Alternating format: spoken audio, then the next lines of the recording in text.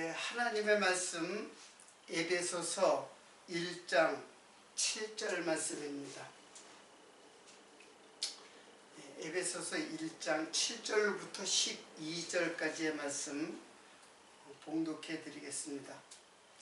우리가 그리스도 안에서 그의 은혜의 풍성함을 따라 그의 피로 말미암아 구속 곧 죄사함을 받았으니 이는 그가 모든 지혜와 총명으로 우리에게 넘치게 하사 그 뜻의 비밀을 우리에게 알리셨으니 곧 그 기쁘심을 따라 그리스도 안에서 때가 찬 경륜을 위하여 예정하신 것이니 하늘에 있는 것이나 땅에 있는 것이 다 그리스도 안에서 통일되게 하려 하심이라.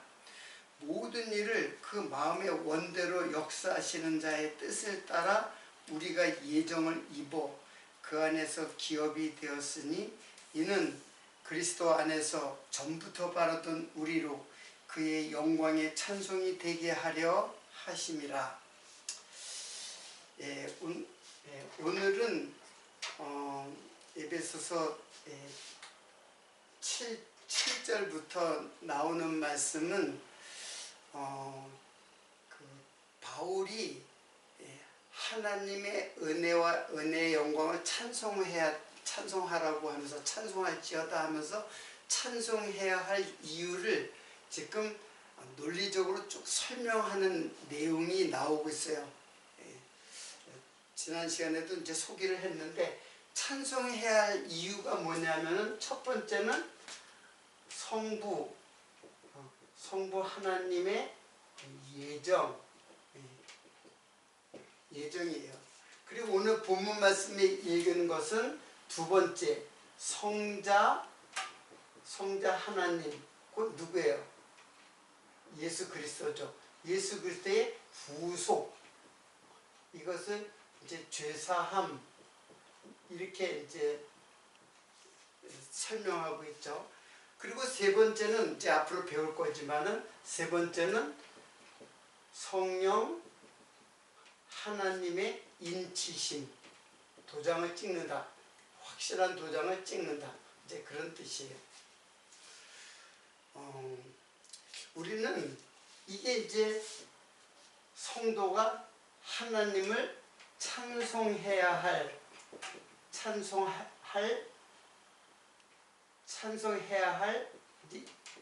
이유인 거죠. 즉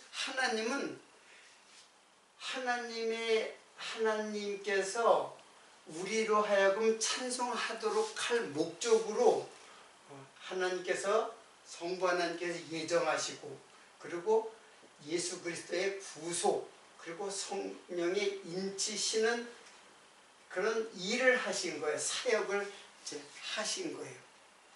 그러나 이 세 분은 세 분이 아니라 오직 한 분 하나님이에요.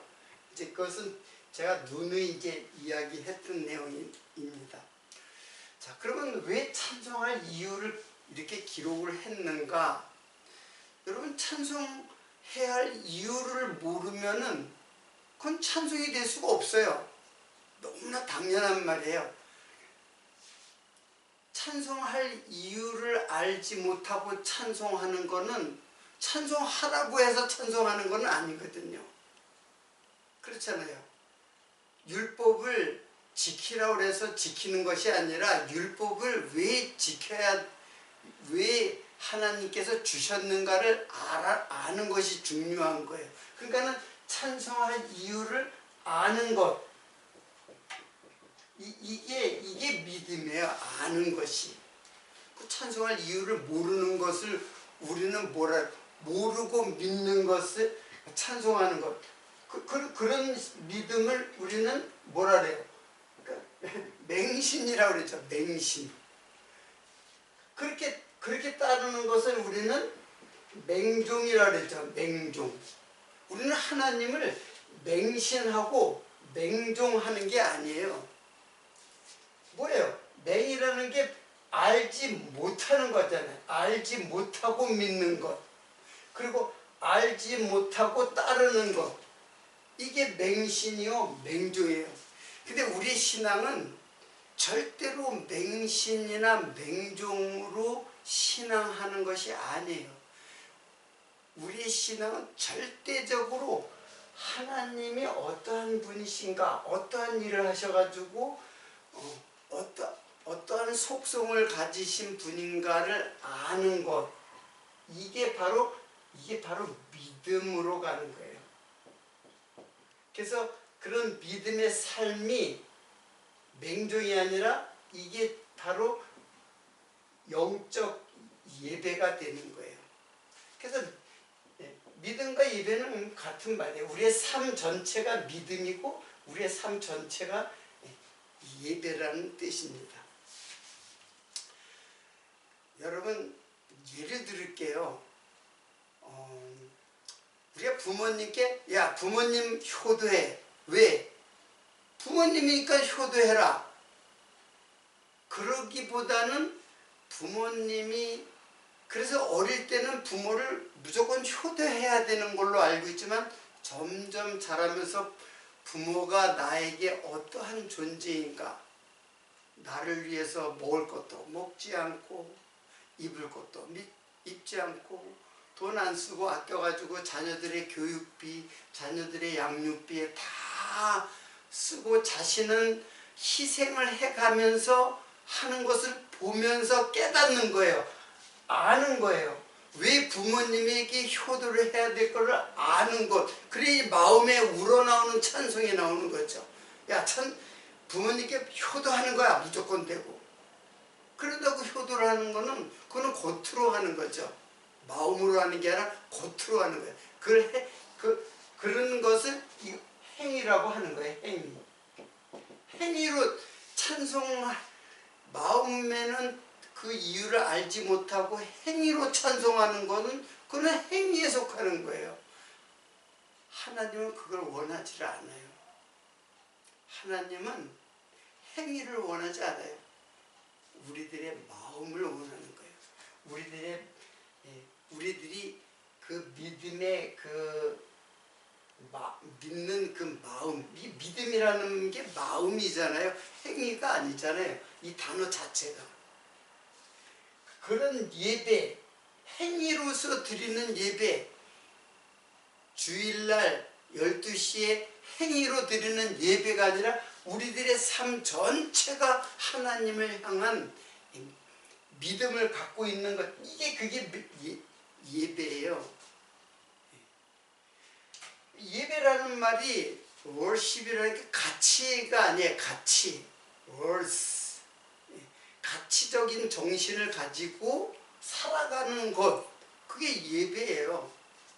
나중에 헬란 말로 예배의 뜻을 이제 설명을 나중에 또 하도록 하겠지만은, 일단은 영어로 worship, 그러니까 worship, 그러니까 가치를 깨닫고 가치를 쫓아가는 것, 그게 바로 예배고 믿음이에요. 그러니까 이런 것들은 다 어디에서 나오는 거예요?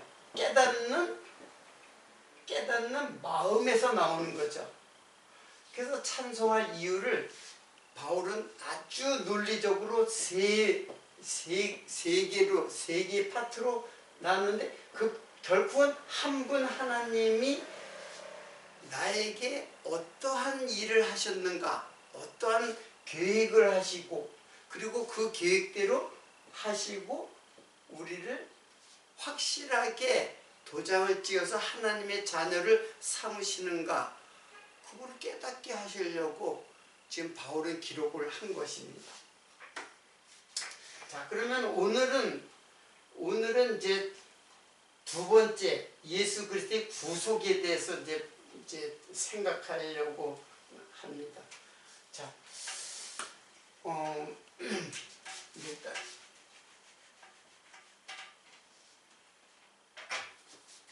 자, 오늘은 그리스도 안에서 구속, 곧 죄사함, 그러니까 구속이 이제 죄를 사했다는 이야기죠. 그래서 구속이라는 말이 도대체 무슨 뜻인가를 한번 살펴보도록 하겠습니다. 이제 구속인데, 이제 구속이라는 명사가 아니라 구속하다예요. 구속하다. 동사죠. 하나님이 예수 그리스도께서 구속하는 일. 자, 이거는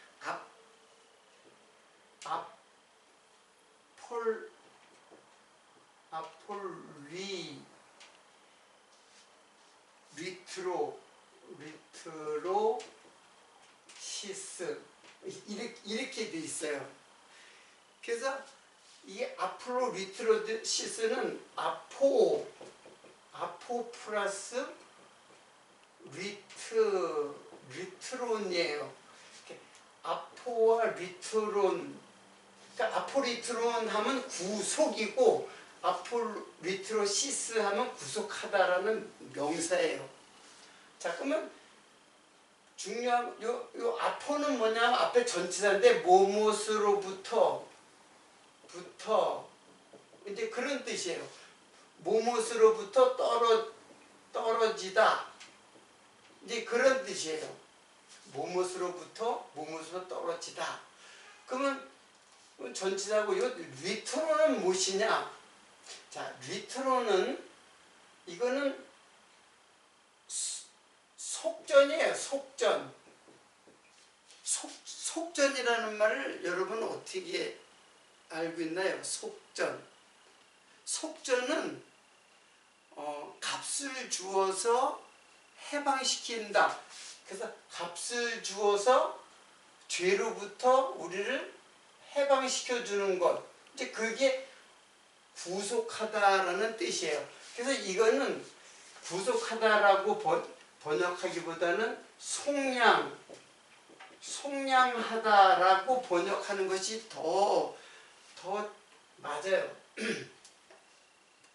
거의 뜻이 같긴 한데, 자, 구속하다라는 말은 뭐예요? 속자는 이렇게 쓰죠. 그래서 구원하다, 속량하다 그런 뜻이에요. 구원하다, 속량하다. 그 속량은 뭐예요? 속량은 똑같이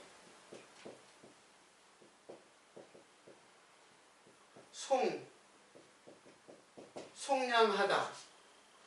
이거는 그러니까 이 말과 이 말은 이제 같은데 좀 의미가 뭐냐면 속량해서 구원하다라는 뜻이고, 이거는 속량하다는 거예요. 그냥 이거는 뭐냐 하면은 이거는 이 말의 뜻에 아주 부합한데, 속전을 주어 해방시켜주다, 해방시키다, 이제 그런 뜻이에요. 속전을 주어서 해방시키다. 요거는 그래서 구하다라는 뜻이에요. 속전을 주어 구하다, 해방시키다. 똑같은 속전을 주어 구원하다 이런 뜻이에요. 그러니까는 구속하다라는 말도 되고, 다른 성경에는 속량하다라고 번역이 된 데도 있어요. 자, 그러니까 이 말은 같은 뜻이에요. 한자로 봐도 똑같은 뜻이에요. 속전을 주어서 해방시키는 것, 그런 뜻이고, 이거는 속전을 주어서 구원하다, 이제 그런 뜻이에요. 자, 그러니까 이거는 똑같은 뜻이라고 생각하면 돼요. 구속이라든가 속량이라든가 이런 말들은 똑같아요. 자, 그러면 무엇인가 값을 주어서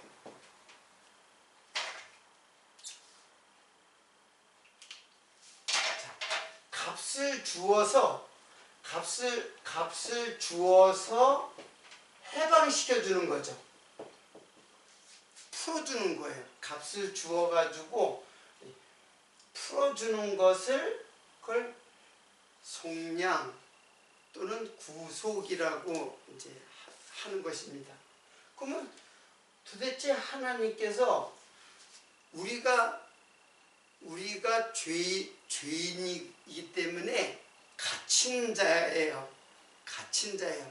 갇힌 자에게 이게 속전이라는 말을 다른 말로는 이제 그걸 갖다가 보석금이라고 보면 돼요. 보석금. 죄 지은 자를 갖다가 잠시 풀어주기 위해서 돈을 주어서 보석을 이제 그 해방시켜, 그러니까 감옥으로부터 나오게 하는 거. 그 지금 보석금이라는 게 있거든요. 그런 뜻이에요. 속전은. 그러니까 값을 주어서 풀어주는 것. 그게 이제 속량인데, 그럼 왜 우리가 갇혀 있고, 그리고 왜 그 값을 갖다 치러야 되는가? 라는 거죠. 우리는 뭐예요? 죄인이에요. 죄에 갇혀 있는 자에게 값을 주는 거예요. 근데 이 값이 어떤 값이냐면은 죄인을 의인으로 만들기 위한 값이에요. 근데 이것은 어떠한 것으로도 죄인을 의인으로 삼을 수가 없어요. 이거는 죄를 없애야 돼요. 죄를 없애야 의인이 되는 거지. 죄의 값은 오직 피로만 갚을 수가 있어요. 피 흘림이 없은즉 사함이 없느니라. 피 흘림이 없으면은 용서가 없어요. 사함. 피 흘림이 없으면 용서할 수가 없다. 그런 뜻이에요. 그러니까는 누군가 내 죄를 위해서 피를 흘려주시는 값을 치러 주어야 내가 즉 죄를 용서를 받을 수 있다는 뜻이에요. 이것은 무엇이겠습니까? 오직 예수 그리스도께서 피 흘림으로써 그 피값으로 우리를 사가지고 우리를 해방시켜 풀어놓아 주는 거예요. 풀어놓아 주는 것이 아니라 영원한 하나님의 나라로 데려가실 하나님의 프로젝트예요. 이게 예정이에요. 그 예정을 입어서 우리를 그리스도 안에서 구속하시는 것. 그것이 바로 속량. 자, 그리고 죄사함이라는 말은 무엇인가요? 자, 이것도 한번 살펴보도록 하겠습니다. 죄사함. 죄사함은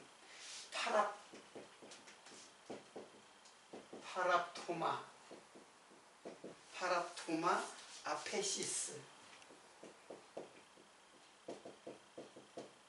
이 파랍토마는 이거는 실수 뭐 그런 뜻인데 어떻든 죄예요. 죄는 이제 파랍토마도 있지만 다른 뜻이 있어요. 이것도 이제 다음에 언제 기회가 되면 죄에 대해서 조금 깊이 있게 공부를 해야 돼. 일단 이게 죄로다 번역도 되고 실수 이제 이런 것으로다가 이제 번역되는 거예요. 그리고 아페시스는 용서예요. 용서. 그러니까 죄를 용서하는 거죠. 자, 구속한다는 거는 그 속전을 줘서, 즉 피값으로 사가지고 우리를 해방시켜 주는 것이 곧 죄를 사해 주신 것이다. 그래서 구속 곧 죄사함. 이거 같은 뜻이라는데 구속이 곧 죄사함이라는 뜻이에요. 자, 그래서 죄에서 우리는 용서받고 요거는 탕감이라는 뜻도 있어요. 탕감. 내가 갚아야 할 것을 너 갚지 않아도 돼. 너 갚지 않아도 내가 너를 용서해 줄게. 근데 내가 갚아야 할 그것을 갖다 누군가 대신 갚았기 때문에 용서가 이루어지는 거예요. 무슨 말씀인지 알겠죠? 그건 다름 아닌 예수 그리스도의 피 흘림으로 우리가 탕감을 받고 결국 죄사함을 얻었다. 자, 이것이 이것이 하나님의 예정을 따라서 이게 하나님의 예정을 따라서 이런 예수 그리스도의 구속이 이루어지는 거예요. 그래서 그리스도 안에서 그 은혜의 풍성함을 너희들로 깨닫게 하기 위하여 때가 참 그 뜻의 비밀을 다시 읽겠습니다. 에베소서 1장 7절 우리가 그리스도 안에서 그의 은혜의 풍성함을 따라 그의 피로 말미암아 구속 곧 죄사함을 받았으니. 그래서 이거는 하나님의 은혜의 풍성함. 결국 우리들이 이 말씀을 기록한 것은 은혜의 영광. 이거 하나님의 빛이거든요. 은혜가 하나님의 빛이에요. 그 은혜의 영광을 찬송하게 하려는 하나님의 목적이 있고 우리는 그 이유를 알아가지고 찬송을 하는 거예요. 그럼 그 은혜는 그럼 도대체 뭐예요? 은혜는 값이 없어요. 왜 값이 없다고 얘기하느냐 하면은 너무 크기 때문에 값이 없어요. 값 없이 우리가 하나님의 구속을 받는 하나님의 은혜는 우리에게 값을 묻지를 않아요. 값을 치르라고 요구하지 않아요. 그냥 은혜라는 말이 거저 주신다는 뜻이잖아요. 그럼 왜 그것을 거저 주시는가? 그거는 값을 매길 수가 없어요. 값이 없는 것이 아니라 값이 너무나 크기 때문에 그 값을 치를 수가 없는 거예요. 값을. 그래서 하나님의 은혜를 갚으려고 하는 거는 하나님의 은혜를 깨닫지 못했다는 증거예요. 그 은혜는 내가 갚을 수가 없는 거예요. 너무나 크기 때문에. 그래서 하나님은 그냥 값없이 주시는 거예요. 이게 바로 은혜예요. 만약에 우리가 하나님의 은혜를 조금이라도 갚으려고 노력한다는 것은 하나님의 은혜를 잘 깨닫지 못하고 하나님의 은혜를 깨닫지 못할 뿐 아니라 그걸 부정하는 결과를 초래하는 거예요. 그거 어떻게 갚으려고 그래요? 율법을 지켜서 갚으려고 그래요? 하나님의 명령이니까. 하나님의 명령 율법도 지키라고 준 것이 아니거든요. 은혜도 갚으라고 준 것이 내게 준 것이 아니라 너희들 갚을 수가 없어. 너희들의 능력으로는 갚을 수가 없어. 오직 예수 그리스도의 피로만이 갚을 수 있는 것이기 때문에 너희들은 그것을 갚으려고 하지 마. 그게 일하지 마라는 뜻이에요. 갚으려고 뭐 율법을 지킨다거나 뭐 그렇게 하지 마. 그냥 너희는 그 은혜를 깊이 깨닫고 그 은혜의 감동에 깊이 젖어가지고 그 은혜의 영광을 영원히 찬송하게 하려는 것이 하나님 은혜를 주신 목적이에요. 근데 내가 은혜를 갚으려고 행동하는 것들은 하나님의 은혜를 모독하는 것이에요. 그거는 하나님의 은혜를 가치 없게 생각하는 것이라는 뜻이에요. 하나님의 은혜는 갚을 수가 없어요. 내가 어떠한 것을 내가 피 흘리고 내 몸이 진토가 됐으므로 죄의 몸으로는 갚을 수가 없어요. 그래서 예수께서 하늘의 영이신 하나님께서 육체를 가지고 오셔가지고 죄인이 돼가지고 피를 흘려서 십자가에 돌아가신 거예요. 왜 그분이 돌아가셔야 됩니까? 내가 죽어야지. 내가 갚아야 될 것을 대신 갚으신 거예요. 그래서 대신 구속하신 거예요. 그걸 갖다가 대속이라고 그래요. 대신 갚으신 거예요. 속량하신 거예요.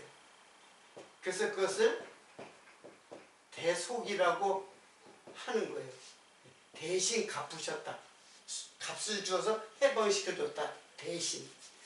그러니까 구속, 속량, 대속 이런 단어들을 정확하게 그 뜻을 이해를 해야지 하나님의 은혜가 넘치는 거지.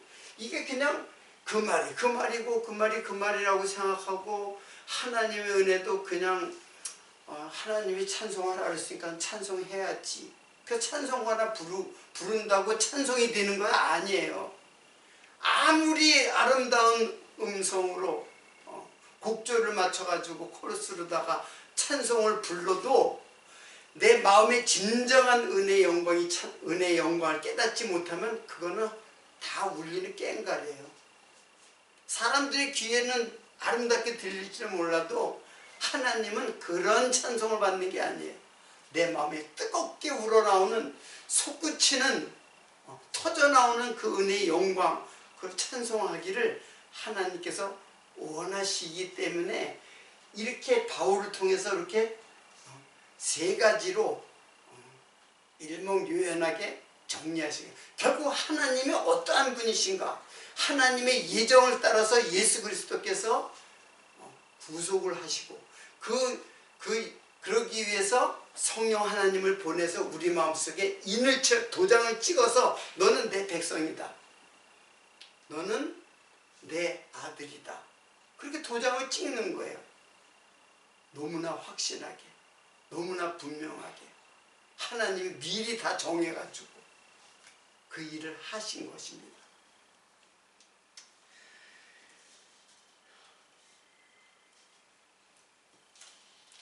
자, 그리고 1장 8절에는 어떤 말씀이 나오냐면은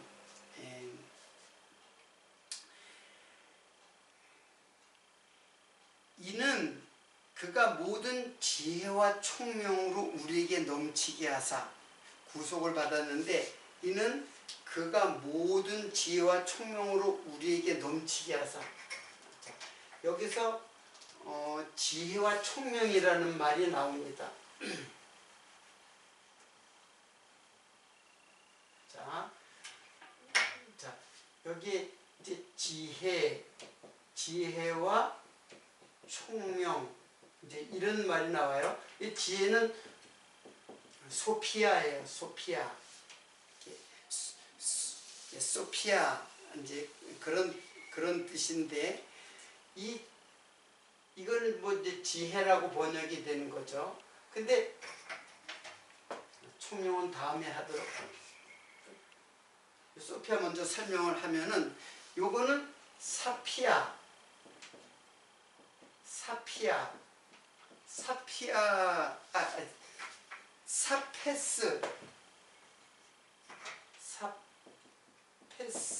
사페스에서 온 말이에요. 자, 그러면 사페스라는 말은 무슨 뜻이냐면, 이건 깨끗하다는 뜻이에요. 깨끗하다. 그 깨끗한 지혜예요. 여러분, 이 깨끗하다, 더럽다라는 것을 어떻게 구분을 해요? 그 영도, 성령은 깨끗한 영이라 그래요. 깨끗한 영. 그래서 이제 성령이라 그러고, 더러운 영은 사단을 더러운 영이라 그러거든요. 그런 뜻에서 이제 요 깨끗해. 그러니까 이 지혜가 어디서 온 말이냐면, 여기서 왔으니까 이 지혜는 깨끗한 지혜예요. 그 깨끗한 영으로 영을 받은 지혜예요. 그럼 깨끗한 영이 뭐예요? 성령이잖아요. 성령. 그러니까 이 지혜는 성령이에요. 성령은 하늘의 지혜. 하늘의 지혜로 성령을 보내주셔가지고, 그러니까 지혜는 땅의 지혜도 있어요. 땅의 지혜. 그러니까 우리가 지혜를 아주 현명하고 똑똑하고 아주 스마트한 어떤 그런 것들만 생각하죠. 그건 어디까지나 세상의 지혜예요. 세상에. 그러면 세상의 지혜는 그건 누가 누구의 지혜일까요? 이거는 지금 성령의 하나님의 지혜인데 하늘의 지혜예요. 그럼 땅의 지혜는 누굴까요? 이것이 바로 뭐예요? 뱀의 지혜예요. 하나님이 지으신 들짐승 중에 뱀이 가장 간교하더라. 뱀이 간교하다는 말이 뱀이 굉장히 지혜롭다라는 뜻이에요. 근데 그 지혜는 깨끗한 영의 지혜, 즉 성령의 지혜가 아니라 뱀의 지혜, 그게 사단의 지혜예요.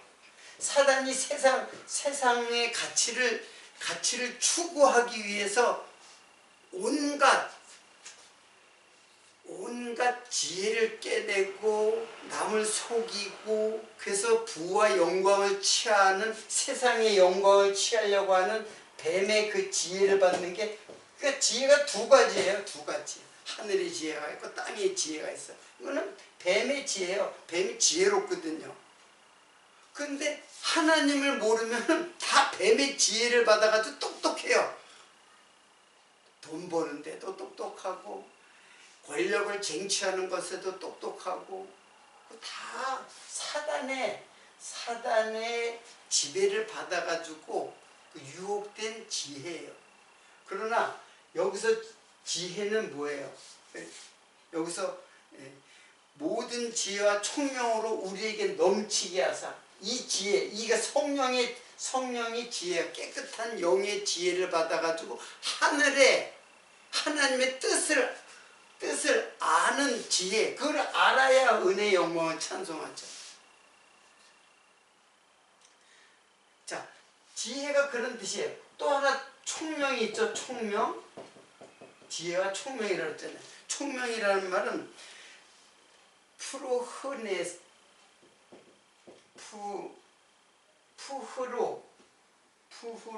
푸흐로네시스 이렇게 돼 있어요. 이거는 무슨 뜻이냐면은 푸흐로네시스는 이게 생각하는 법이에요. 어떻게 생각하느냐? 그러니까 생각하는 통찰력이라 그래요. 통찰력. 자, 하나님의 말씀은 굉장히 깊이가 있어요. 그렇기 때문에 그냥 겉으로 대충 읽어서는 깨달을 수가 없어요. 깊이 상고하고 묵상하고 연구하고. 그 상고한다는 말이 연구한다는 뜻이거든요. 세밀하게, 상고라는 말이 세밀하게,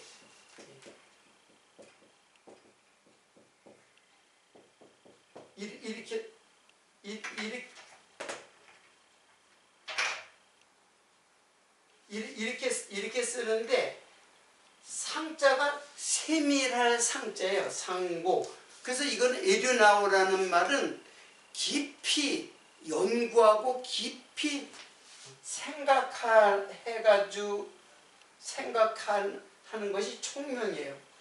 그거는 성령께서 우리들에게 가르쳐 줘야죠. 내가 아무리 깊이 생각하고 그래봤자 세상 지식밖에 육체에서 나오는 세상 지식밖에는 안 되잖아요. 하늘의 지식은 얻을 수가 없잖아요. 오직 성령께서 내게 깨닫게 해주셔야 돼요. 그래야지만 깊이 생각하는 법을 깨닫게 돼요. 사실 성경을 읽은 데서 끝나는 게 아니라 그 말씀을 깊이 묵상을 해요. 산책을 하면서도 묵상하고 이 말씀이 도대체 무슨 뜻인가? 이 말씀이 하나님께서 하신 진정한 뜻이 무엇인가? 그걸 하나하나 깨닫는 것, 그게 총명이에요. 생각하는 법, 그리고 통찰력. 이 통찰력은 뱀이 우리를 속이기 때문에 그 뱀의 속임수를 깨달아야 돼요. 그래서 분별을 할 줄 알아야죠. 무조건 내고 깨닫지 못하고 막 받아들이면 뱀의 지혜도 막 들어온단 말이에요. 그걸 통찰을 해야죠. 통찰력, 아 이건 잘못된 말씀의 깨달음이다. 그래서 그걸 우리는 배격해야죠. 무조건 받아들이면 되나요? 깨끗한 말씀, 깨끗한 영, 이게 하나님의 말씀이에요. 성령의 말씀이에요. 자, 이것이 넘치게 한다 그랬죠. 넘치게. 페리슈어. 페리슈어는 넘치게는 과잉되다, 여분이 되다, 풍성하다, 초과하다, 탁월하다. 이거는 왜 그러냐면 하늘의 지혜이기 때문에 땅의 지혜와 아예 차원이 다른 거예요. 차원이. 이것보다 더 높은 게 하늘의 지혜가 아니라 이것과 이거는 동에서 서로 다 먼 것처럼 차원이 다른 지혜예요. 하늘의 지혜예요. 땅의 지혜가 서로 내가 더 지혜롭다, 네가 더 지혜롭다, 도토리 키재기 다 땅의 지혜예요. 하늘의 지혜는 오직 성령께서만이 하늘의 지혜를 우리에게 주세요. 그래서 소피아가 이게 깨끗한 영으로 우리에게 주어지는 지혜예요. 총명 역시 마찬가지예요. 이거는 성령께서 주셔야지만 이런 생각하는 법을 깨닫고, 그래서 통찰력을 얻고 분별력을 갖고, 그래서 사단의 계획을 깨닫고 그걸 물리칠 수 있어야죠. 이걸 사단의 그 간교한 꾀를 갖다가 깨닫지 못하면 그 꾀에 넘어간단 말이에요, 우리가. 그래서 신앙을 갖다가 잘못 이해를 하면은 엄청난 사단의 유혹 속에 빠져들어요. 그리고 자기는 신앙생활을 한다고 생각한단 말이에요. 그렇게 되면 하나님의 은혜를, 그래서 예정이라는 말도 그래서 잘못 이해를 하면은 사단의 유혹에 빠져버리는 거예요.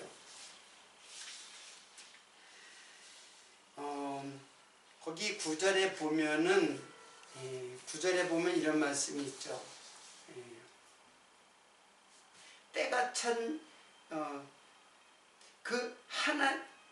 자, 9절을 보겠습니다. 그 뜻의 비밀을 우리에게 알리셨으니 곧 그 기쁘심을 따라 그리스도 안에서 때가 찬 경륜을 위하여 예정하신 것이니, 그런 말이 있죠.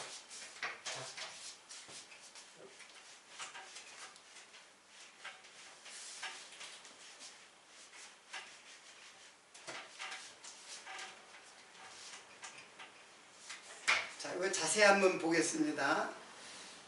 자, 넘치게 해서 그 뜻의 비밀을, 자, 그 뜻의 비밀은 하나님의 뜻이죠. 이게 이제 비밀이에요. 비밀을 갖다가 우리에게 알리셨다 그랬어요. 그래서 그 기쁘심을 따라, 그 뜻의 비밀을 따라서 그리스도 안에서 때가 찬 경륜, 이런 말이 나와요. 경륜을 위하여 예정하신 것이다. 자, 그런 거예요. 여기서 때라는 말이 있죠. 그리스도 안에서. 요 그리스도는 예수 그리스도고, 그리스도 안에 있는 것이 바로 성도예요. 성도. 우리를 그리스도께서 구속하시는 성도예요. 근데 때가 차야 돼요. 이때는 이제 카이로스거든요. 카이로스. 자, 때라는 말이 많이 나와요. 하나님이 정한 때예요. 이게 하나님이 나를 구원하려는 그 때가 있어요. 아무 때나 구원하는 게 아니라 하나님이 계획한 것이 있어요. 하나님이 나를 언제, 어떻게, 언제 나를 구원하실 그런 경륜을 하나님께서 계획하신 거예요. 그리스도 안에서. 그 경륜을 위하여 예정하신 것이다. 이 때가 이제 두 가지가 있어요. 그냥 세상에 여러 가지 때가 있잖아요. 기쁠 때가 있고 슬플 때가 있고 만날 때가 있고 헤어질 때가 있고 울 때가 있고 웃을 때가 있고 돌을 던질 때가 있고 던진 돌을 주술 때가 있고 다 세상에 때가 있잖아. 그런 일반적인 인간의 그 역사 속에서 나타나는 그 때는 카이로스가 아니고 요거는 하나님이 정한 때예요. 이거는 하나님의 정한 때를 특별히 카이로스라 그래요. 정한 때. 그 때에 우리가 그리스도 안에서 구속을 입는 거예요. 그러니까 우리가 예수를 영접했다 그러잖아요. 그 영접한 것이 아무 때나 영접을 하는 게 사실 내가 영접한 거 아니죠. 예수님이 내 안에 들어오는 거죠. 그 예수님이 언제 들어오냐면 하나님이 예정하신 때, 그 때를 위하여 예정하셨다 했어요. 근데 재미난 것은 요 예정이 프로 티데미아예요. 티데미아. 자, 프로티데미아를 예정이라고 번역을 했는데 그 전에 예정은 다른 예정이에요. 그거는 프로오리조예요. 지금 여기서는 프로티데미아예요. 그럼 프로오리조는 미리 선택하다. 이제 그런 뜻이거든요. 간단해요. 프로오리조는 뜻이 간단해요. 미리 선택했다. 근데 여기에서의 예정은 똑같이 예정이라고 번역되었지만은 요 프로티데미아예요. 그럼 프로티데미아는 뭐냐? 미리 세웠다라는 뜻이에요. 티데미아는 세워졌다. 이스테미에서 왔거든요. 그럼 세워졌는데 뭐가 세워졌느냐면 이스테미. 이거는 스타우로스에서 이제 온 거니까 스타우로스는 이스테미에서 왔으니까 스타우로스는 뭐예요? 십자가잖아요. 십자가. 스타우로스는 십자가예요. 그러니까 미리 십자가를 세웠다. 근데 이건 십자가가 아니라 그 이스테미는 기둥이라는 뜻이에요. 기둥. 나무 기둥이라는 뜻이에요. 그럼 기둥은 무슨 뜻이냐면 이거는 언약이라는 뜻이에요. 언약. 언약의 의미를 갖고 있는 것이 기둥이에요. 그러니까 십자가는 우리는 자꾸 십자가라고 하는데 사실은 나무 기둥이에요. 뜻은. 그건 뭐냐면 하나님의 언약이 미리 하나님의 언약을 세웠다. 그런 뜻이에요. 그러니까 여기에서의 프로티데미아는 요거는 하나님의 절대적 의지를 나타낸 거야. 내가 미리 선택한 거는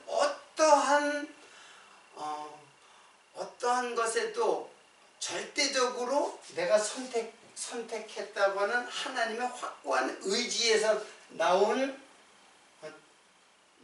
예정이고, 이 예정은 그 뜻에 의해서 내가 약속을 했다.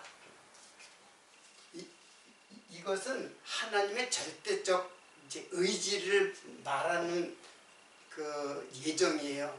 그래서 나는 한번 예정하면 절대로 변함이 없다라는 것을 말하는 그런 뜻이고, 요것은 그 절대적 하나님의 변치 않는 의지에 의해서 내가 기둥을 세웠다. 십자가를 세웠다. 그것은 바로 언약이다라는 거예요. 이 기둥은 언약을 상징하는 거니까는. 그러니까 다 예정이라고 번역은 됐지만은 뜻이 이렇게 달라요. 이렇게 다른데 사실은 이것에 의해서 십자가가 세워진 거죠. 하나님의 예정에 의해서 십자가가 세워진 거예요.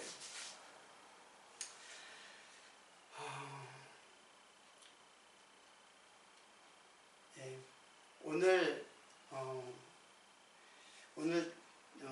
제가 12절까지 봉독해 드렸는데 9절까지만 오늘 설명했네요. 하늘에 있는 것이나 땅에 있는 것이 다 그리스도 안에서 통일되게 하려 합시다. 요거는 다음 시간에 설명하도록 하고, 자, 성경은 오늘 말씀을 마치면서 우리는 성경이 이렇게 굉장히 디테일하고 세밀하게 기록되어 있어요. 아까 제가 상고라 했잖아요. 상고.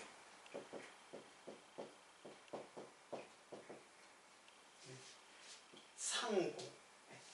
이게 세밀하다는 뜻이에요. 세밀하다. 상세하다. 디테일하다. 그렇게 생각해야 돼. 깊이 생각하고 아주 정확하고 세밀하게 생각하는 게 성경이에요. 그러니까는 성경을 대충대충 읽고 그러면 다 유혹에 빠져버릴 가능성이 굉장히 짙어요.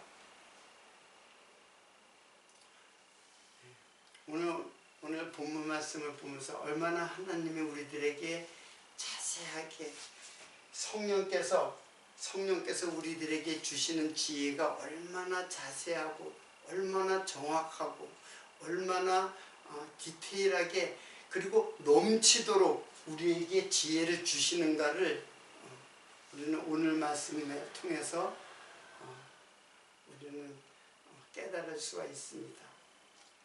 이러한 귀한 말씀을 우리는 그냥 너무 천박하고 너무 쉽게 생각해가지고 대충 읽고 그러면 행동으로 나아가게 돼 있어요. 믿음으로 나아가는 게 아니라 행동으로 나아가게 돼 있어요. 이게 하나님을 대적하는 일이에요. 오늘 말씀을 통해서 여러분의 마음속에 깊이 이 말씀이 깊이 자세하게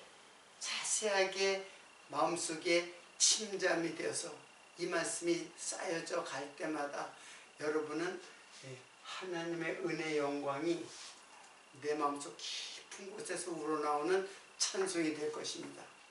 이 찬송이 여러분의 삶을 장식하는 귀한 말씀이 되기를 바라면서 오늘 말씀을 마치도록 하겠습니다.